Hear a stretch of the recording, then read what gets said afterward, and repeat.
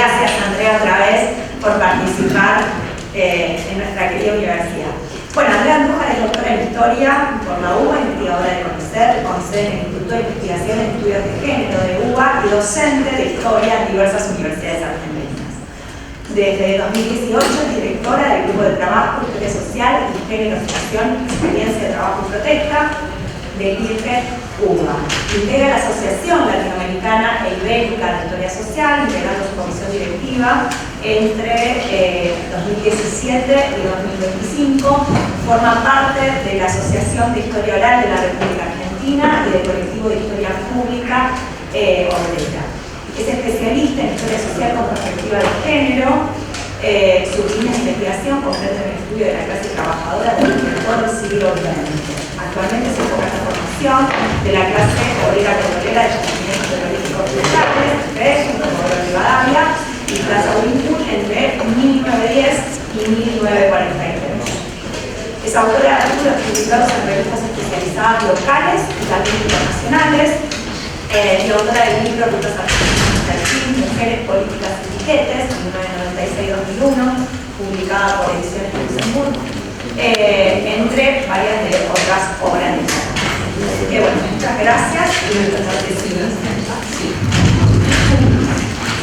Además decirles que, bueno, que Andrea nos va a compartir un trabajo sobre que recupera de alguna manera la historia de algunas movilizaciones que tuvieron que ver fundamentalmente en la etapa de los gobiernos que han aplicado políticas neoliberales, como fue el gobierno de Carlos Menem, de los 90, y bueno, algunas de las consecuencias sociales de esas experiencias.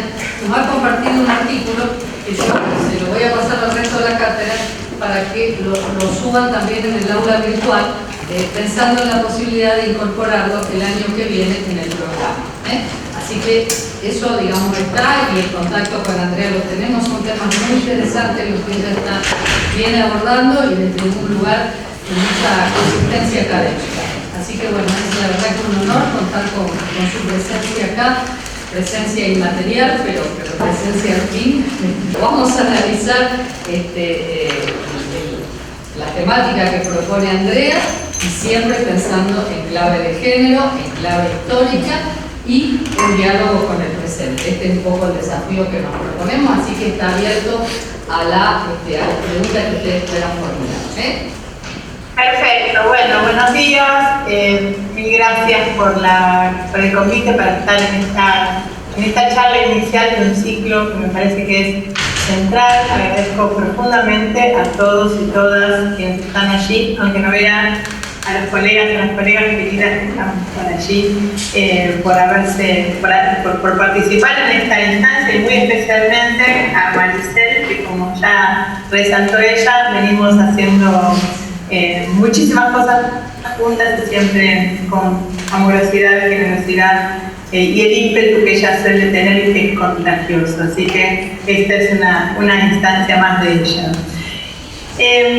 Acá hablaban del contexto, ¿no es cierto?, en el que estamos viviendo, y efectivamente iniciar un ciclo de esta naturaleza en este contexto de retrocesos de derechos, de ataques profundos a la clase trabajadora, de avance de una contraofensiva terrible contra los movimientos de derechos humanos, contra la posibilidad, contra las mujeres y las disidencias. Las protestas sociales, fundamentalmente tratando de entender sus experiencias, sus prácticas y sus objetivos, a la luz de una investigación que fue crucial en mi propia trayectoria como historiadora, pero que también me resulta clave en términos de capacidad o de posibilidad de ilustrar aquellas dimensiones y aristas que quiero destacar a la hora de reflexionar sobre esa participación.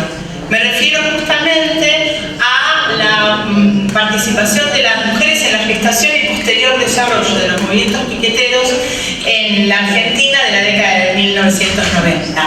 Como ustedes seguramente recordarán, habrán escuchado o habrán leído, hace casi 30 años, el 20 de junio de 1996, se produjo un corte de rutas en Cutralcó y Plaza Winkle, en la provincia de Neuquén, que devino en un punto de inflexión en las modalidades de protesta social y en los formatos de la protesta social contra el ajuste neoliberal en la Argentina.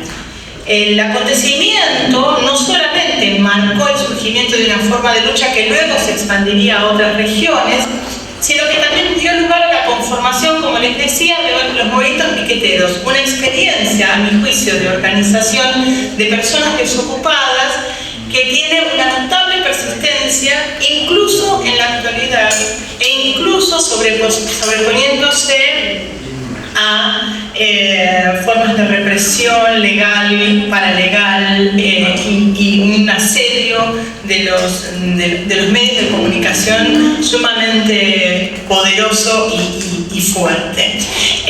Mi investigación entonces había abordado el proceso de constitución de los movimientos piqueteros y la participación de las mujeres en dos geografías, Plaza Huíncula y Cutralcó, como les decía recién, en Neuquén, una parte, y por la otra en Tartagal y General Mosconi, en Salta. Son dos geografías que, a pesar de las diferencias que se pueden encontrar en ellas y de las que podríamos hablar en otro momento más adelante, compartían un rasgo estructurante, y es el papel que tuvo la empresa Yacimientos Petroleros Fiscales en la conformación de esas comunidades y en las trayectorias laborales de la población que formaba parte de esas comunidades obreras.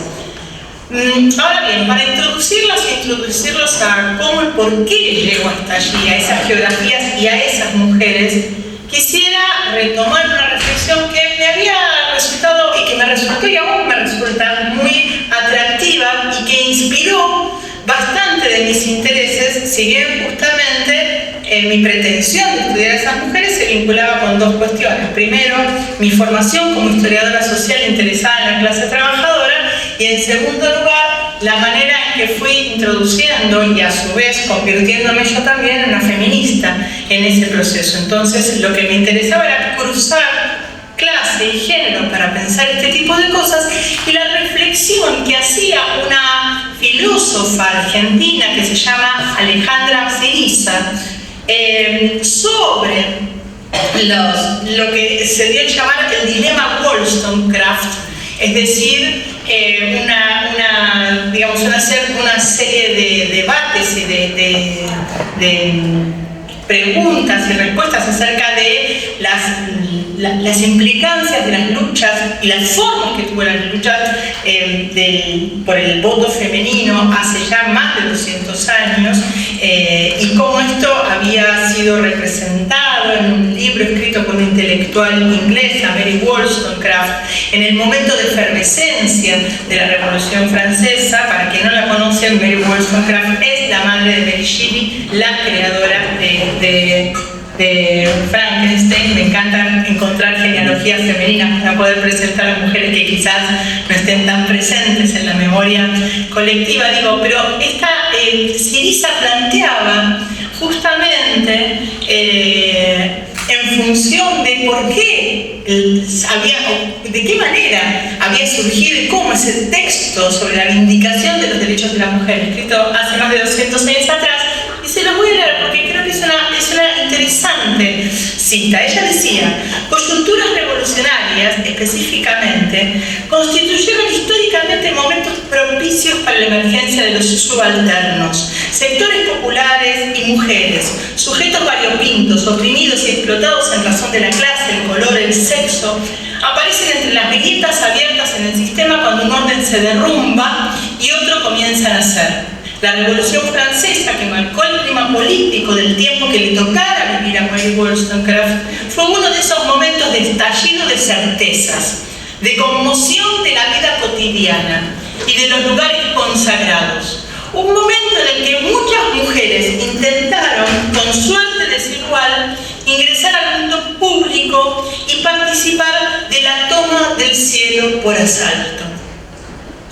Esta reflexión, que había uno de los apartados de su trabajo, me resultaba muy sugerente, ciertamente en función no solamente del contexto en el cual Siriza se preguntaba, que era el de la Revolución Francesa, sino en el propio contexto conflictivo de la Argentina de los 90. Y en realidad me invitaba a un conflicto conjunto de preguntas que tenían que ver, en primer lugar, yo soy historiadora, entonces, ¿en qué medida podía, de alguna manera,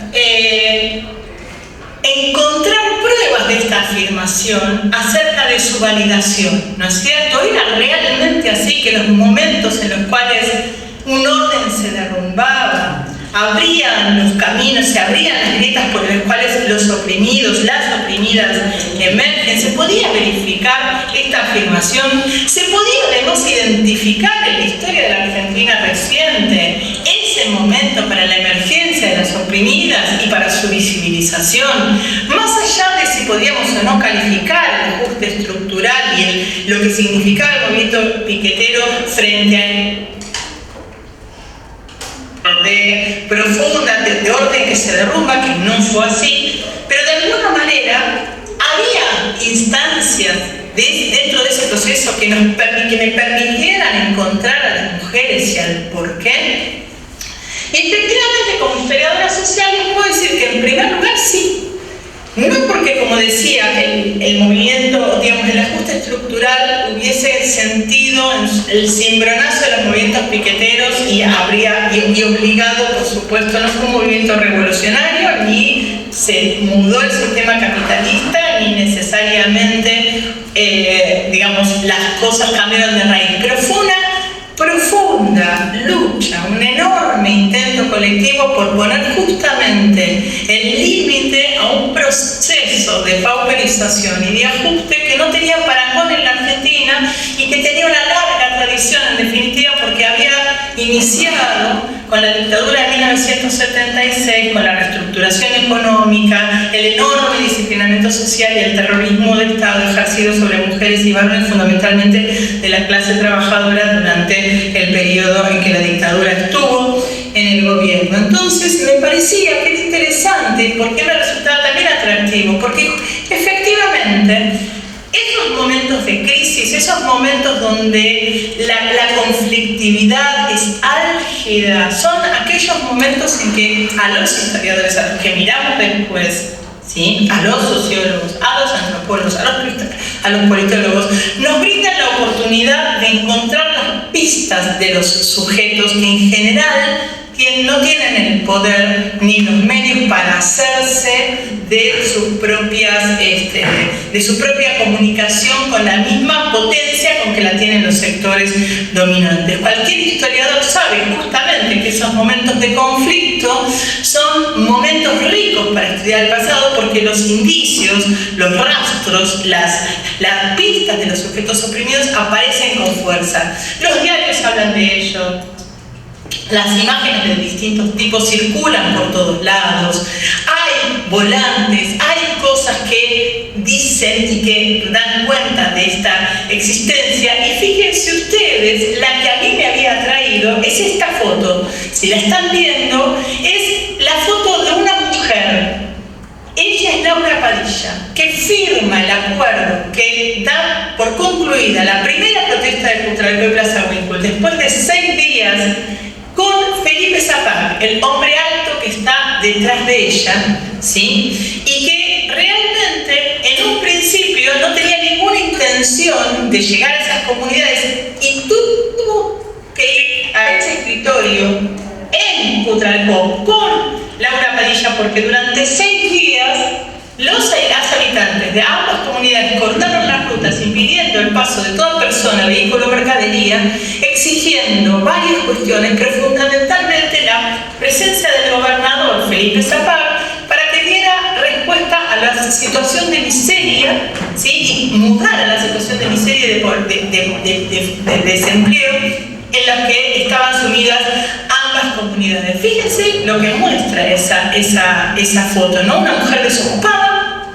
que era maestra, que era madre de 3 hijos, que estaba separada y que había participado desde el principio de uno de los piquetes que estaban presentes y que se habían armado allí. El acta que ella está firmando incluía cuestiones sociales urgentes que hacían en la vida cotidiana de la comunidad. Por un lado estaban las relativas al empleo, la necesidad de de volver a tener un empleo, y por el otro lado, porque desde que YPF había cerrado, no había empleo genuino en la zona, por lo menos ahora les voy a dar algunos datos para que vean ellos, pero también demandaban la reapertura de los hospitales, la reconexión de los servicios de luz y de gas que los tenían cortados por falta de pago, la apertura de jardines maternales, en fin, todo un conjunto de cuestiones que habían desbarrancado una vez privatizada a YPF. La pregunta era entonces, ¿cómo una mujer se había hecho lo suficientemente visible en una comunidad que más o menos abarcaba 30 a 40 mil personas para en nombre de esa comunidad firmar con el gobernador Zapag el acta que permitía levantar esa cuestión, el corte de rutas? Como yo les decía, YPF en esa comunidad había hecho, el cierre de YPF fue catastrófico. Ustedes piensen que desde que se planteó la privatización en el 91, durante los primeros años de privatización, del 91 al 93, se llevó adelante el despido del 83% de su personal, reduciendo una planta que ya había sido reducida durante la dictadura y durante el alfonsinismo, de 35.000 personas a 6.000 trabajadores. En las localidades como por ejemplo Plaza Winkle y General Mosconi, donde yo estaba estudiando, los intentos que hicieron los y las trabajadoras por reconvertirse en aquellos casos en que habían ganado alguna indemnización o que contaban con un dinero, fueron totalmente infructuosos. Todos los servicios comunitarios que dependían de YPF, proveedurías, cines, escuelas, hospitales, todos cayeron en el desuso o en el desgaste, y esto implicó una pérdida real de otros derechos o de otras condiciones que no solamente tenían que ver con el empleo, pero además no hubo reemplazo, no hubo fuentes de trabajo que reemplazaran eso. Por ejemplo, hacia 1997, cuando se produce el segundo corte de rutas en Cutralcó y el primero en General Mosconi, la cantidad de despedidos en Mosconi llegaba, o la cantidad, de desempleados en Mosconi, desempleadas, llegaba al 42,6%, mientras que en las comarcas neuquinas era ya del 30%, muy por encima del promedio nacional que rondaba el 27%. Entonces, ¿qué era lo que yo podía ver en este tipo de fotos? ¿Qué me mostraban? Me mostraban en primer lugar, como les decía, la importancia de la representatividad de esta mujer, de Laura Padilla, en ese proceso.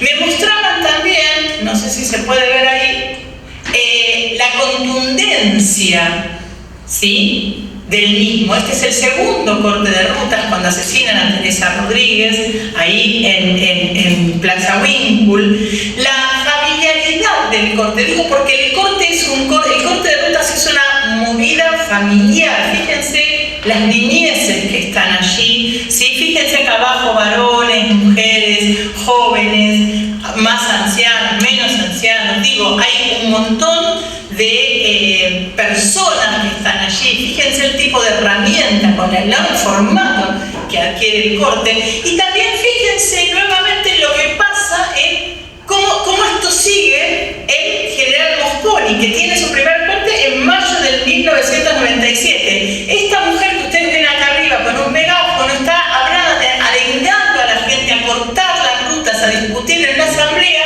que se está llevando a cabo en Tartagal. Acá las ven caminando desde Tartagal a General Mosconi para ir a cortar la ruta en Mosconi, que es lo que van a hacer durante también una semana. Y aquí abajo van a ver la magnitud de la cantidad de personas que estaban en ese lugar. Entonces, ¿qué indicaba todo esto? Que también la expansión del corte de rutas había sido vertiginosa en los años siguientes, y que las mujeres fueron centrales en todo ese proceso. Como señalan, por ejemplo, Lobato y Suriano en un texto que se llama La protesta social en Argentina, que se publica en el año 2003, las estadísticas son reveladoras en la magnitud cuantitativa derribaron estas protestas. Por ejemplo, entre el 97 y 2002, un año después de la caída de la Rúa, se contabilizan en función de las noticias de los diarios, nada más, un total de 4.674 piquetes, ¿sí? El crecimiento más notorio es entre el 2000 y el 2002, donde los cortes pasaron de 500 a 2.334, y donde el movimiento piquetero empezó a ganar una presencia política y una autonomía en el funcionamiento que era realmente interesante, que los tornó, como dice Maristela Pampa, un verdadero movimiento social organizado. Pero además, lo que interesaba, lo que a mí me preocupaba, me resultaba muy interesante, era su carácter de clase, porque en definitiva eran trabajadores y trabajadoras desocupadas. Pero también lo que me marcaba el atractivo, volviendo a esa frase de Syriza, es lo que muestran estas fotos, que había un montón de mujeres participando en estas formas de lucha. Sin embargo, dos cuestiones. No formaban parte prácticamente de los liderazgos de los movimientos piqueteros porque recaían en varones generalmente, y por otro lado, para la historiografía que había analizado sus orígenes, su devenir, su decurso desde distintas disciplinas sociales, las mujeres estaban allí como, digamos, con el mero acompañamiento de la agencia masculina, porque se suponía que eran los varones los que habían salido a cortar las rutas, o a partir de intervenciones que estaban exclusivamente motivadas por su rol materno, es decir, por la desesperación ante el hambre de sus hijos en función o a la luz de los procesos de desocupación y hambre que venían registrándose con la profundización del modelo neoliberal. Ciertamente, si uno mira en la larga duración, las mujeres han sido representadas en las grandes protestas del siglo XX como actoras que participan en defensa de los hijos, de las hijas, de sus familias, es decir, en función de su rol de cuidadoras, ¿no? La división sexual del trabajo en función del rol de las cuidadoras de la comunidad, y llámese por comunidad, familia, comunidad extensa, ciudad, barrio, calle. Pero siempre en función del apoyo a las demandas de sus compañeros, es decir, bajo una lógica que las ubica en general en un lugar subsidiario o derivado. Sin embargo, a mí me parecía, y esa era mi sospecha, que esta lectura resultaba limitada para dar cuenta de la complejidad de sus experiencias. No solamente porque yo creo, y lo sigo creyendo, que la decisión de salir a cortar una ruta no se toma así nomás, ¿sí? Que el hambre, y lo podemos verificar hoy, no es lo que el impulsor de salir a la ruta, porque lo que impulsa a salir a la ruta es la lectura política colectiva de lo que se está haciendo. Salir a la ruta implica un montón de peligros, implica la necesidad de organización, implica la decisión colectiva, implica saber cómo cuidarse, de qué manera, qué pedir, cómo articular, en fin, no es una respuesta automática a una situación de desesperación, por más de desesperación que haya. Lo que digo es que es una respuesta política que se articula comunitariamente y que se articula colectivamente. Entonces, situarla en el lugar del hambre de los hijos, a mi juicio, era quitarle la personalidad política a ese conjunto de mujeres. Lo cual me parecía en algún punto tramposo. Yo había leído mucho tiempo, y se los recomiendo si alguna vez pueden, un texto clásico del tema Kaplan, que se llama Conciencia Femenina y Acción Colectiva, el caso de Barcelona 1910-1918, donde esta historiadora norteamericana sostenía que las mujeres, digamos, o sustanció la idea de distinguir conciencia femenina de conciencia feminista en función de estas prácticas colectivas de las mujeres. Y ella decía que los colectivos de mujeres eran portadores de conciencia femenina cuando las mujeres se movilizaban reclamando los derechos que sus obligaciones le generaban en la división sexual del trabajo. Es decir, aceptan la división por sexos de su sociedad, ser las cuidadoras del hogar, ser ser las cuidadoras de la familia, ser las cuidadoras de la comunidad, garantizar su preservación y su reproducción, pero reclaman al poder tener las herramientas, que se les brinden las herramientas para cumplir con esa obligación que no necesariamente cuestionan. Pero ya en ese reclamo, y en ese reclamo colectivo, dice la historiadora feminista, estas mujeres están politizando esas relaciones afectivas, esas relaciones de cuidado, porque las están poniendo en el lugar de lo público, las están poniendo en el lugar de la política y están discutiendo, disputando con el poder en ese sentido.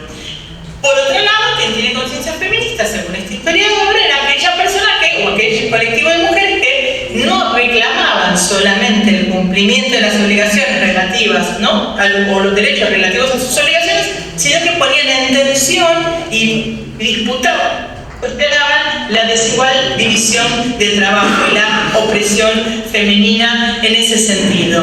Entonces, a mí lo que me resultaba interesante de la historia es pensar, sí, efectivamente, si miro los indicios de las fotos, en los propios relatos de las protagonistas, las crónicas periodísticas ofrecían indicios contundentes de que muchas de esas mujeres habían estado allí, incluso habían sido líderes visibles en el momento. Laura Padilla yo llevo porque aparece en la foto, llevo a otras mujeres que son visibles como Betty León porque las marcan los diarios, dicen, estas mujeres son visibles, digamos, son las voces portadoras de la protesta de Plaza Winkle, o una mujer en el norte, en Salta, que aparece en la revista La Maga con un machete en la mano, ¿sí?, diciendo, yo corté las rutas y le avisé a mis compañeros que estaba llegando la gendarmería para reprimirnos tal día y tal día. Bueno, son mujeres que aparecían. Sin embargo, reitero, la historiografía había de alguna manera opacado esas presencias, pero cuando empecé a avanzar con ellas y a preguntarles el por qué, el dónde y cómo, notaba que efectivamente las mujeres tenían un conjunto enorme de motivaciones para salir a las rutas.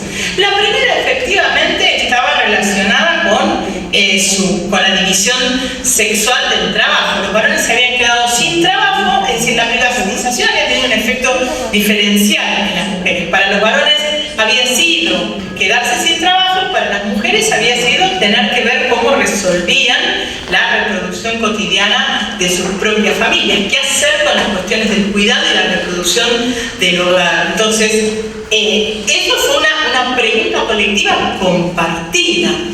¿Dónde la compartieron? Estas mujeres que se habían formado, que se habían casado, que tenían sus hogares bajo en una comunidad moldeada por la presencia del jefe, habían ganado muchísima autonomía de las decisiones de los varones proletarios. ¿Por qué? Porque la mayoría de los varones, mucho tiempo, los que trabajan en pozos de perforación, están fuera de sus comunidades, están fuera de sus hogares, varios días o varias semanas al mes, lo cual permite que las mujeres tengan o facilitó una autonomía en el manejo de los tiempos, en el manejo del dinero, en los relacionamientos, en las prácticas de sociabilidad de las mujeres, que por supuesto mudaba cuando los varones volvían al hogar, pero mientras no estaban, esas mujeres tenían el tiempo, la práctica, el espacio para vincularse entre sí, para discutir, para intercambiar ideas de lo que debían hacer, de cuál era la vida que estaban llevando, de cuáles eran las expectativas que tenían sobre eso.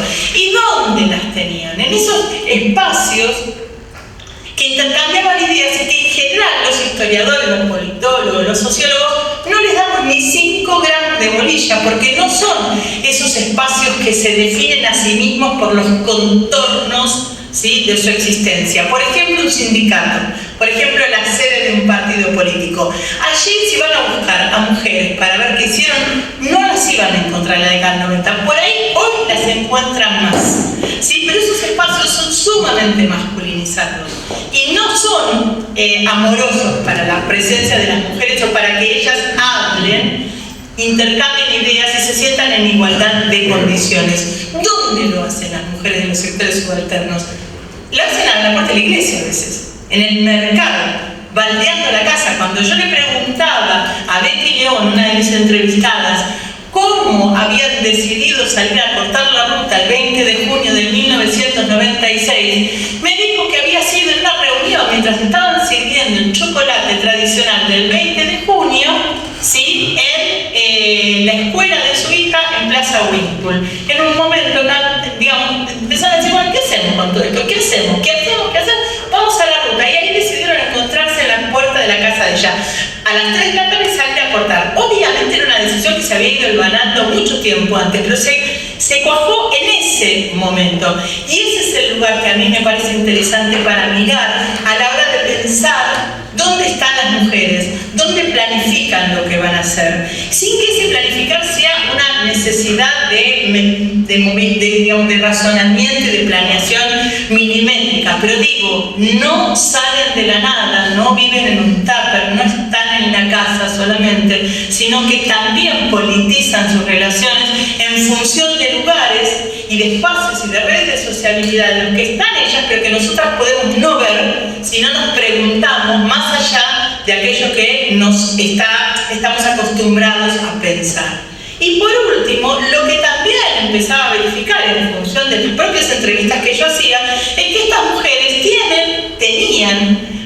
procesaban experiencias previas. No es que habían hecho su primera práctica política en el piquete. Por el contrario, eran trabajadoras, habían tenido participación en sindicatos en más de una ocasión. ¿Sí? Yo me encontré con una mujer que había tenido una participación interesante en las huelgas de Villa Constitución en 1974 y 1975, aquellas huelgas que se hicieron contra Sindar y contra la dirigencia burocratizada de la UOM Nacional y que permitieron que ganara las elecciones una conducción combativa liderada por Piccinini. Algunas mujeres habían sido parte de la lista que apoyó a esa conducción combativa. Otras tenían antecedentes gremiales como trabajadoras docentes o como trabajadoras de la salud. Otras habían participado en los encuentros nacionales de mujeres en 1993.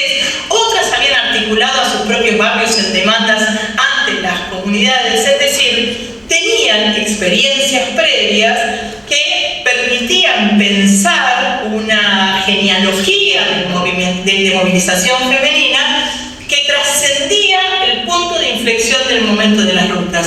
Y muchas de esas experiencias además me permitieron trazar genealogías con dos colectivos muy anteriores a ellas, que fueron las madres de Plaza de Mayo, porque ellas las mencionaban permanentemente, sobre todo la gente de General Mosconi y Tartagal, porque las madres fueron una vuelta a General Mosconi y colaboraron en parar la represión que se estaba desatando sobre la comunidad en junio del 2001. ¿Sí? De hecho, la marcha de diciembre del 2001, de la Marcha de la Resistencia, del 8 de diciembre se llamó Marcha de la Resistencia y Piquetera, él estuvo ahí, ¿sí? En otros casos me marcaron que de quienes habían tomado ejemplos habían sido justamente de las mujeres, de los encuentros nacionales de mujeres, de las feministas, y aunque no se decían feministas las piqueteras, lo que sí notaba yo era un vocabulario relativo a qué tenían que reclamar y cómo.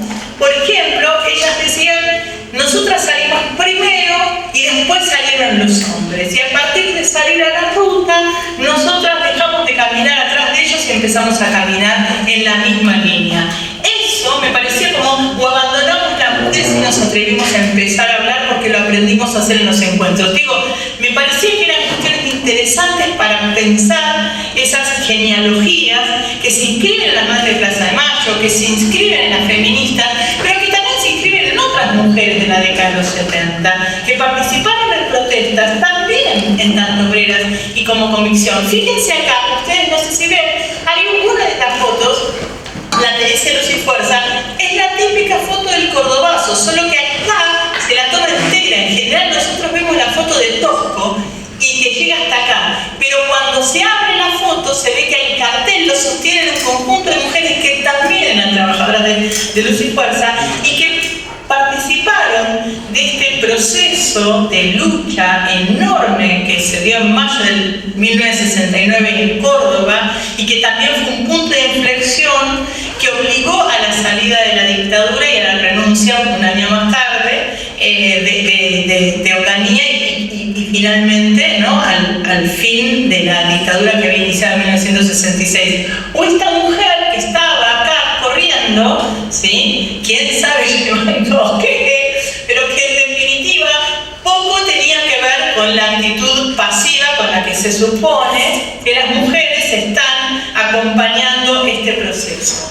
Por lo tanto, lo que nos lleva a ver este tipo de genealogías, a pensar en las mujeres de la clase trabajadora que participaron del Cordobazo, que participaron incluso de movimientos clasistas y combativos, es decir, aquellos que buscaban direcciones sindicales radicalizadas y contrarias a las tradicionales conducciones a nivel nacional que, digamos, exigían ese tipo de cuestiones, ese tipo de prácticas, merecen y merecían un análisis más detallado y merecen ser buscadas también a lo largo del proceso histórico, en coyunturas anteriores, como por ejemplo las de 1930, 1932, cuando justamente en una Argentina muy diferente, en una Argentina no de pleno empleo como la Argentina del 70, de la primera mitad del 70,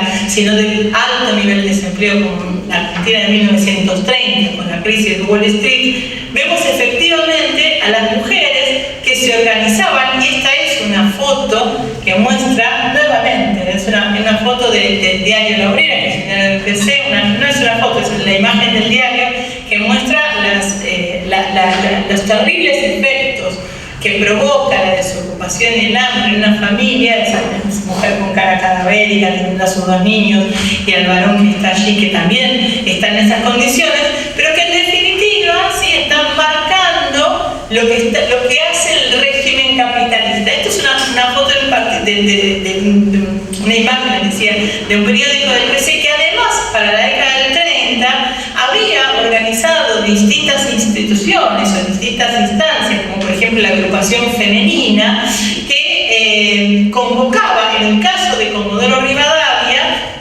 en la Patagonia Argentina, a todas las mujeres y varones de la clase trabajadora a organizarse en contra del desempleo, a armar ollas populares para poder comer, a exigir reconexión de los servicios de gas y de electricidad a las municipalidades e incluso, ¿sí?, a reconocer derechos que hasta ese momento no se consideraban para un colectivo de trabajadores que tampoco era visto así. La agrupación femenina del Partido Comunista, por ejemplo, reclamaba efectivamente la jornada de 8 horas, el derecho a sindicalizarse, el aumento de salarios y el domingo franco para lo que ellos ya decían mucamas, sirvientas y cocineras. Es decir, un colectivo de mujeres que por su trabajo y por la concepción del trabajo vigente en ese entonces no eran pensadas por la legislación laboral ni por el resto de los poderes públicos como trabajadoras o como parte de la clase. Incluso, ¿sí?, había una insistencia en que el Estado debía estar presente, interviniendo de determinada manera, y obviamente el Estado tenía ciertas preocupaciones sobre esta situación, como nos han marcado estudios preciosos como los que hizo alguna vez Maricel, muy interesantes acerca de qué iniciativas tomó ese Estado de los 30 frente al tema de la desocupación. Pero también han estado presentes mucho antes, y acá tenemos un conflicto que a mí me encanta y sobre que sé que muchos de los colegas que están allí también tienen sus pasiones puestas, que es la huelga de inquilinos que tuvo lugar en Buenos Aires y se extendió también por Rosario y Santa Fe en agosto de 1907, y como que tuvo varias mujeres en el medio alengando, y niños y niñas, entre ellas una joven Juana Rocobuera, que está acá arriba, ¿sí?, que para ese entonces creo que tenía 17 años y que poco tiempo después la expulsarían aplicándole la ley de residencia. Pero digo, las mujeres también en ese sentido fueron no solamente partícipes de estos conflictos, sino que por otra parte han dejado, ¿sí?, su marca, su huella. Fíjense, acá tenemos un periódico que escribieron ellas mismas, titulado La Voz de Mujer, que es un periódico anarquista que se publicó en Argentina, mejor dicho en Buenos Aires, entre 1896 y 1897, que tuvo 9 números, y que justamente nos ha permitido podido conocer mucho de ese pensamiento político de las anarquistas en ese momento y de cómo se veían a sí mismas en tanto mujeres y trabajadoras, y de la conflictividad social y sus maneras de pensar el mundo y el Estado. O, por ejemplo, las biografías que nos han dejado también son indicios interesantes para poder reflexionar sobre estas historias, como en el caso de la historia de una vida, ¿no? de un ideal, vivido por una mujer, que es la autobiografía de esta mujer, que ya es la más, digamos, la Juana Borbohuela que veíamos antes, pero ya mucho mayor, en la entrada, la década del 60. Y es que a mí esto me resulta muy interesante, porque no solamente nos permite pensar en todas las dimensiones que las mujeres estuvieron presentes para participar, en sus redes de sociabilidad, en sus objetivos, en qué pretendían y en sus experiencias, sino también en cómo moverse en los procesos represivos. Y acá quiero mencionar, por ejemplo, un trabajo precioso que tienen que leer, espero que lo hayan hecho, que lo tienen por allí, de autoría de Carlos Álvarez, que es hermoso, sobre la ley de residencia y su aplicación. Él se detiene en unas fuentes maravillosas. Él está pensando desde el punto de vista de género cómo fue la gestación y la aplicación y el impacto de esa ley, y a partir de las fuentes hermosas que encuentra se detiene en el periodo que va entre 1912 y 1914, y Carlos descubre algo en ese proceso que se va reeditando en otros contextos y en otros momentos de la Argentina, y es cómo, primero, las mujeres, a pesar de que la ley se masculiniza porque se aplica, es una ley de expulsión de extranjeros sin juicio y a decisión del Estado, en función de la consideración de una peligrosidad que tiene que ver con la efectivamente capacidad contestataria frente a las injusticias y las opresiones. Pero este derecho que el Estado se arroga absolutamente constitucionalmente sobre las personas se masculiniza, ¿sí? Porque se dirige fundamentalmente a los varones, pero Carlos muestra que prácticamente durante ese periodo el 67% de los varones sale con las familias al destierro, ¿sí? Se ve obligada a salirse con todas sus familias, y que además las mujeres van a idear, van a manejar un conjunto de mecanismos para exigir mediante presentaciones judiciales que se deje sin efecto la aplicación de la ley de residencia, tanto individual como colectivamente. Carlos encuentra, ¿no?, a una mujer que instala esta demanda, esta exigencia, y que más allá de cómo termina, nos cuenta otras cosas, nos muestra el manejo que las mujeres de los sectores subalternos también tienen de la ley, ¿no? Más allá de que no puedan conocer necesariamente sus letras, saben cómo moverse allí. María del Rosario Corsi va a mostrar lo mismo en la dictadura del 76, cuando encuentra a mujeres de la comunidad ferroviaria que ella estudia, que es la comunidad de Victoria, ¿sí?, en la provincia de Buenos Aires, cómo esas mujeres van a hacer reclamos, ¿sí?, en función, reclamos apelando a abogados, apelando a poner sus propios cuerpos ante los poderes desaparecedores por sus esposos secuestrados. Digo, se mueven y se bancan y articulan respuestas colectivas e individuales ante procesos represivos que también son generalizados.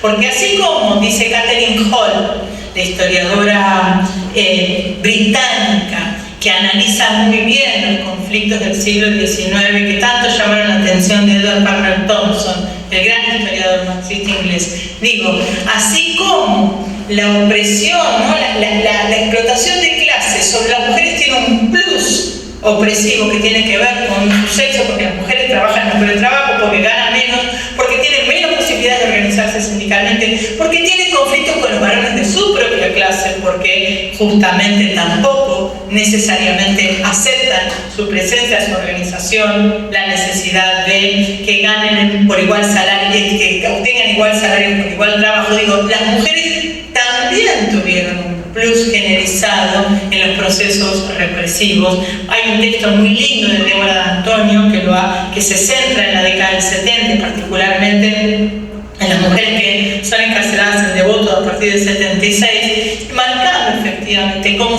la represión se generaliza sobre los cuerpos femeninos de una manera muy distinta a la de los cuerpos masculinos. No estoy diciendo que sea ni mejor ni peor, digo que hay un plus en tal sentido en relación con esto. ¿Y por qué señalo esta caterva de procesos históricos donde voy desde el 90, paso por el 70, me voy a los 30 y termino en 1907? Porque me parece interesante también para pensar a las mujeres en los procesos de lucha, en los procesos de conflictividad, intentar deshacer una idea que yo la noto muy fuerte, que es la idea de irrupción, ¿no? Como la idea de que la historia de las mujeres es una historia fragmentaria. Se irrumpe en un proceso, las mujeres irrumpen en el movimiento piquetero, irrumpen en los 30, irrumpen en 1907 sin solución de continuidad.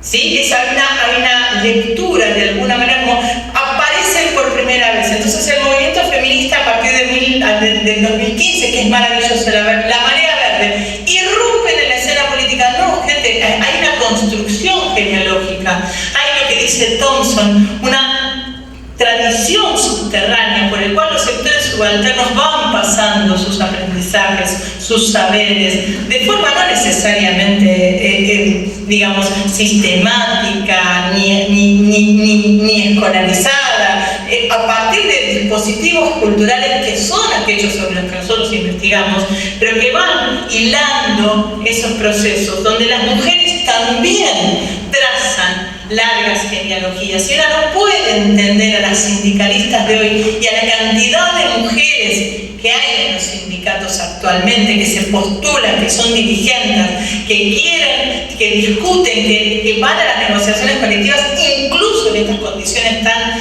deplorables como nos plantea actualmente el gobierno, reclamando cuestiones por su clase y por su género, si no piensa en estas genealogías de construcción política de más largo aliento. Entonces es por eso que a mí me interesaba plantear con ustedes que realmente pensar la participación de las mujeres en los procesos nos indica conflictivos, nos indica la necesidad de verlas, de explicarlas en sus propios términos, de advertir cómo, por qué, de dónde vienen, de entender sus objetivos, de plantear, de preguntarnos por sus experiencias y por tanto de ir a las fuentes, a las evidencias con las que los y las historiadoras nos marcamos en función también de eso. Porque fíjense, si yo me voy a esta fuente, ¿no? Digo, bueno, los historiadores de la sociedad tenemos un montón de cosas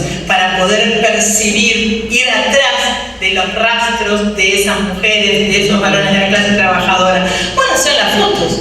Estas son fotos de hombres y mujeres en un local del Partido Socialista en 1930, 1940, no se la puede ubicar muy bien. Pero entonces, ¿cómo no pensar que las mujeres tienen un fuerte involucramiento político, ¿sí? Mucho antes de lo que suponemos? Cuando vamos a, por ejemplo, mirar antes de esa, fíjense, una movilización de obreros panaderos. ¿Qué tienen acá adelante? ¿Qué hay? Nadie va a preguntar por esa experiencia. Las imágenes nos dan pistas para intentar averiguar. Uno puede quedarse con decir, se movilizaron un montón de mujeres y varones y punto, o puede, en función de la imagen, intentar pesquisar de qué se trata todo esto. O incluso aparecen en los documentales. Yo les recomiendo este documental que está en YouTube, que se llama Piqueteras, del año 2002. Realmente es una belleza de narrativa para los y las historiadoras, que nos sirve para poder entender en la voz de estas mujeres, pero en las imágenes de las directoras, que las directoras eligen mostrar cómo es esa dinámica política, social de participación, o en las propias entrevistas que podemos hacer. Este es un fragmento de una entrevista que yo hice a Betty León, ¿sí? En el año 2004, que es, como les comentaba, una de las caras visibles de la protesta de Plaza Winkle en 1996. Y realmente toparme con el relato de Betty fue toparme con un relato pensado atravesado por su género, no solamente por su presente, sino por la manera en que como mujer recordaba el pasado, por aquellas cosas que elegía contarme y las que elegía callar, por las formas en que una y otra nos vinculábamos, por las preguntas que yo hacía, y las cosas que ella contestaba, a quienes introducía ella en su relato, que siempre fue muy distinto a cómo introducen los varones su narrativa y qué cosas, ¿no?, le agregan allí. Entonces, a mí me parece que estos elementos, y con esto cierro, nos permiten pensar 3 o 4 cosas. En primer lugar, que estudiar los procesos de lucha, ¿sí?, implica estudiar a todos los sujetos que forman parte de ellos. Y que en verdad lo que nos trae a colación el género, junto con la clase y por supuesto con la etnicidad, que no tuve tiempo, es la posibilidad de presentar, es la posibilidad de ampliar, de pluralizar lo que estamos estudiando, en función de ver a una cantidad de sujetos mucho más cuantitativa y cualitativamente, ¿sí?, numerosa, que la que el relato tradicional, sin mujeres, sin niños, sin viejos, nos permite pensar. Que al incluir a las mujeres y al género, con el género, también incluimos un montón de dimensiones de la realidad, que los relatos tradicionales sobre la protesta, que se conforman con el día, el lugar, el formato, nos impiden ver cómo las relaciones de sociabilidad, los espacios de intercambio, los bagajes culturales e históricos con los que los seres humanos deciden un día dejar de estar en la casa, ¿sí?, bancando la situación, y salir a la calle a reclamar aquello que les resulta justo.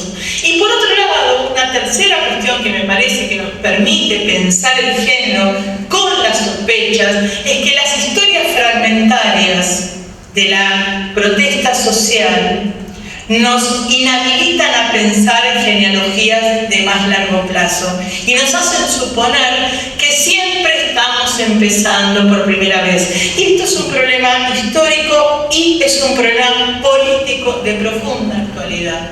¿Por qué? Porque me parece a mí que en un momento en el cual todo nos incita a pensar que solo tenemos presente, ¿sí?, que solo importa el presente, no nos permite ni elaborar balances tomando para atrás, ni pensar de qué manera revertimos, porque hay un futuro para ser construido, no solamente un presente para ser vivido. Entonces me parece que efectivamente las protestas en clave de género no solamente nos enriquecen la interpretación del pasado, sino que también nos permiten, en definitiva, reconocer la historicidad de las conquistas que hemos obtenido, la densidad de las experiencias colectivas que las hicieron posibles y, por supuesto, la posibilidad de proyectar nuevas formas de acción política ancladas en memorias que no repiten, pero que tampoco olvidan. Muchísimas gracias.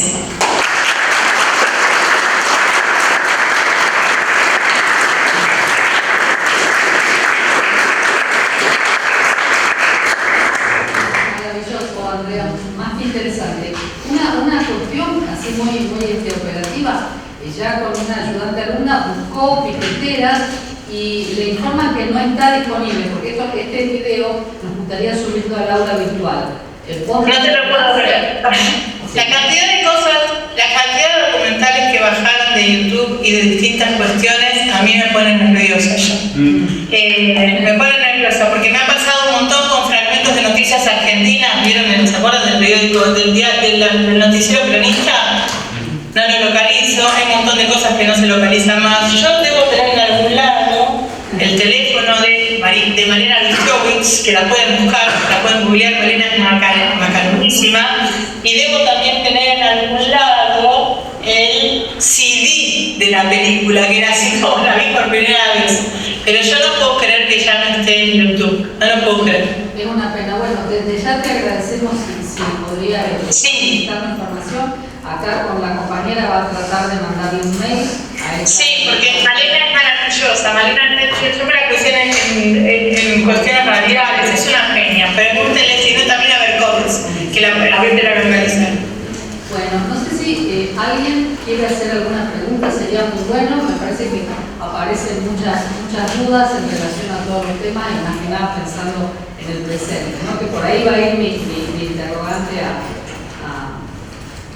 Andrea, es decir, cómo pensar el presente en clave histórica y desde una perspectiva de género, los mecanismos de protesta social, qué base tienen en el análisis histórico en la actualidad, qué mecanismos de protesta estamos viendo, cuáles son las formas de represión estatal que aparecen como singulares en este periodo. Te estoy pidiendo mucho, Andrea, excede tu expertise, pero de todas maneras me parece que esto yo por ahí iría. No sé si alguien quiere hacer alguna pregunta, agregar a estas inquietudes. Paulo Menotti. Así te escucha Andrea. Puedes presentar ahí.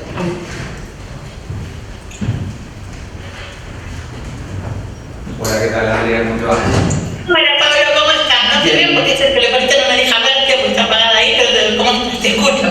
Bueno, no, yo me quedé pensando, bueno, me inspiraste un montón porque estoy viendo un caso de precisamente de mi abuelo que su mamá armaba una estrategia de supervivencia, porque cuando era chiquito lo mandaba a vivir a otras casas porque no tenían recursos. Como era madre sola, no sé si soltera, ni siquiera se casa. Me quedé pensando también en cómo era, vos decís que es un movimiento subterráneo, pero me quedé pensando qué pasa con eso cuando no hay momentos de protesta social. Ay, qué buena pregunta. Eso, sí. nada más. Muy buena pregunta, muy buena. Anímense, dale, venite más acá. Ahí hay una tercera pregunta, Andrea. Muy buena pregunta, gente, por Dios. Todo por el precio, ya te digo. Buenas. Hola. A mí lo que me hace pensar es la no existencia. ¿Cómo te llamas? Perdón, que no te veo ni dijiste tu nombre. ¿Cómo te llamas? ¿Cómo? María Paz. Eso. María Paz. Dale, encanta María Paz, ¿qué tienes? Sí, en esto de que no hay tiempos libres sería para el lugar. ¿Dónde están los lugares de organización sería? Porque no hay tiempos libres o ya no existe el desocupado como tal que tiene tiempo para ir a lugares de encuentro como puede ser, no sé, un kiosco en la esquina o la iglesia o la agencia donde para conseguir trabajo, sino que hay una erosión de trabajo y hasta las propias mujeres estamos inmersas en esa lógica de que nada, o el Uber o el Rappi o cualquier tipo de trabajo que te permita llegar a fin de mes. Entonces, ¿cómo organizar la lucha cuando no hay tiempo para luchar sería? Creo que esa es una gran diferencia que hay entre una cosa. Claro. No hay lugar de encuentro, no es que te vas a encontrar en la iglesia porque capaz no tenés tiempo para ir a la iglesia porque el fin de semana lo voy a usar para descansar. Sí. Eso no. Buenísimo. ¿Alguien más quiere hacer alguna pregunta? Ahí hay una. Venite acá. Hay una cuarta pregunta, es todo por el mismo precio. Como que ya desde ahora para que lo tengas, que tu esfuerzo vaya en esa medida, Ignacio. Hola, ¿cómo va? Bueno, primero muchas gracias por la invitación. Soy también soy miembro del CENI. Te quería preguntar, ¿qué medidas pensás que podemos tomar en estos momentos en donde hay tanta represión, tantas limitaciones y para los que elegimos la investigación y la docencia, donde sabemos que el costo de luchar por nuestros derechos e ir a marcha, ir a marchar y apostar por un cambio de realidad que implica que a fin de mes el recorte del sueldo, en donde hay tanta vulnerabilidad con estas posibilidades de ir a defender lo que es nuestro, ¿no? Gracias. ¿Alguien más? Bien. Yo estaba pensando, hay una cosa común que me gusta de 3 de las 4 preguntas, que es, una de las cuestiones que más me preocupa y que más me enferma a mí en la actualidad de la cabeza es los formas plural, ¿no? No, perdón, no se te escuchó. Lo que más te molesta no se escuchó. Vuelve a estar medio entrecortado. En todo este sentido son los efectos de la reforma laboral, que son terribles en muchos sentidos. Entre ellos, ¿ahí se escucha? Sí. Hola. Sí, se escucha, Andrés. Hola.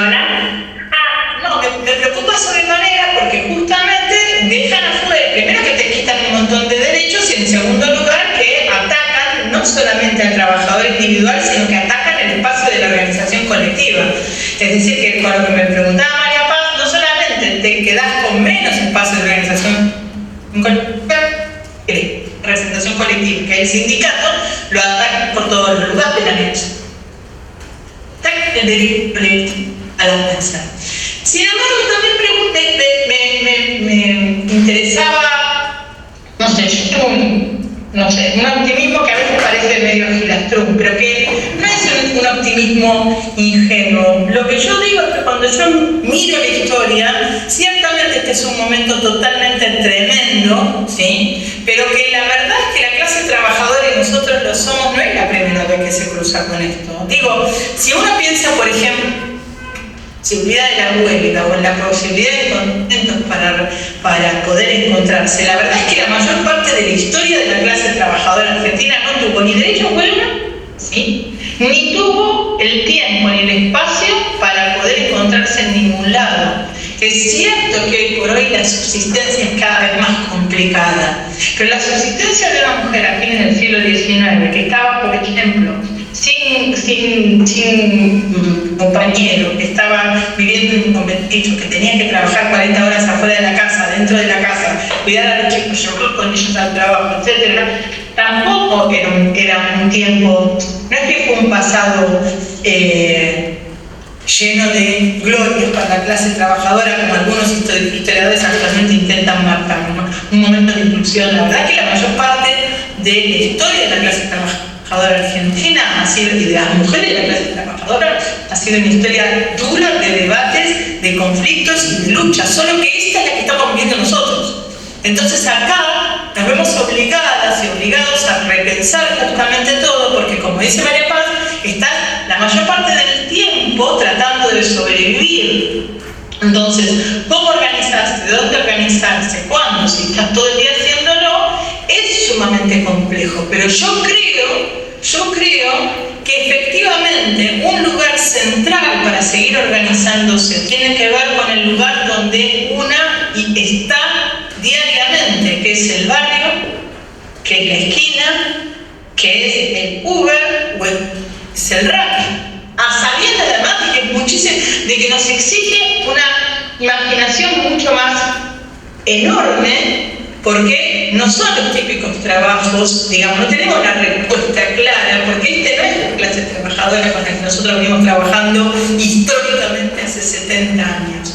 ¿Sí? Es una clase trabajadora muy diferente. Entonces, encontrarle la vuelta, cuál es el momento, cuál es el lugar, por dónde, también implica pensar en las heterogeneidades de esa clase, en las diferencias de esos jóvenes, en los lugares donde están trabajando, e implica, obviamente, para quienes sí tenemos la oportunidad de pensar en tiempos más colectivos, revisar, construir saberes que vayan más allá de nosotras, construir diálogos que vayan más allá de la academia, que sirvan para reflexionar y que, ojo, y ahí le contesto a ambas en términos de la represión y los lugares. Yo hace un mes atrás estuve en la carpa de los sindicatos en Rosario, ¿sí? Con mujeres de arte, con mujeres de aceiteros, con varones de arte, de aceiteros, con metrodelegadas, metrodelegados. No es que no hay espacio para organizarse, no es que no hay lugar para discutir, que no hay tiempo para hacerlo. Se nos han acortado, pero los espacios se siguen encontrando. Lo que ocurre es que no nos vamos a encontrar individualmente y sí nos están planteando todo un desafío que nos implica buscar también otras lógicas de funcionamiento, otras discusiones, otras maneras de ver el pasado. ¿Qué hacemos? Me parece que hoy por hoy, la pregunta que me hacía Maricel, la verdad es que el aparato represivo del Estado argentino se ha afinado enormemente en los últimos 40 años. No empezó ahora, empezó mucho antes, ¿sí? Han ido modificando. Yo pienso en la ley antiterrorista, no se sanciona. La pone en marcha Patricia Bullrich hoy, pero no se sanciona. La la que se le aplica a los chicos, a las chicas, a la gente que está movilizando por allí, ¿sí? La ley antiterrorista se sancionó en 2013. Entonces, el aparato ha ido afinando, ¿sí? Con sus cuestiones anti-piquetes, con sus cuestiones anti-clase trabajadora, con sus cuestiones de no ocupar la calle durante mucho tiempo y con la oportunidad de que cada vez haya más fuerzas represivas y de seguridad interviniendo en la calle.